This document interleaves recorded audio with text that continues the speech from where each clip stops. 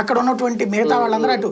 ఆ రోజున 7 సీట్లు మనకి తగ్గినాయి, పర్సంటేజ్ 2% తగ్గింది కాబట్టి మనకు వద్దులే అని వాజ్పేయి అనుకున్నారు కాబట్టి కాంగ్రెస్ అయింది.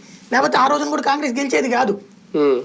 2019కి వచ్చేటప్పటికి కాంగ్రెస్ సింగిల్ గానే 200 దాటేటప్పటికి అప్పుడు క్రిప్పు తన మీద తెచ్చుకుంది.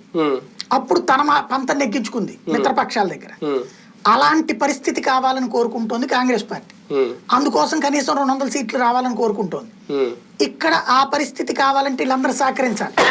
ఇండివిజువల్ గా కాంగ్రెస్ కి బెంగాల్లో సీన్ లేదు, ఉత్తరప్రదేశ్ లో సీన్ లేదు, పంజాబ్ లో సీన్ లేదు, కేరళలో సీన్ లేదు, కేరళలో ఉంది సీన్, ఈ 3 రాష్ట్రాల్లో లేదు. కాబట్టి ఈ 3 రాష్ట్రాల్లో బలోపేతం కావాలి. ఈ 3 కూడా పెద్ద సీట్లు, 80 సీట్లు ఉత్తరప్రదేశ్, 42 సీట్లు బెంగాల్ ఉందా, పంజాబ్ 13 సీట్లు ఉన్నాయి. కాబట్టి దగ్గరగా ఈ రేంజ్ లో ఉంది. కాబట్టి వీళ్ళ సహకారం కోరుకుంటున్నారు. వాళ్ళు ఏం చూస్తున్నారు, కాంగ్రెస్ ద్వారా మనకి ఓట్లు కావాలి, బీజేపీ వాళ్ళ రాష్ట్రాల్లో బలోపేతం ఉంది. ఢిల్లీలో బీజేపీ స్ట్రాంగ్, ఆమ్ ఆద్మీ పార్టీకి అదో సమస్య. 7 ఎప్పుడు గెలవట్లేదు పార్లమెంట్ సీట్లు, 2 సార్లు 2 వరుసనే.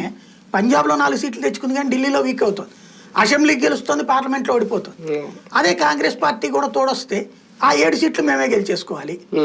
అలాగే ఉత్తరప్రదేశ్ లోకి వచ్చేటప్పటికి సమాజ్వాదీకి కాంగ్రెస్ ద్వారా కాంగ్రెస్ ఓట్లు మనకు కావాలి, సీట్లు దానికి 2, 3 పడేద్దాం.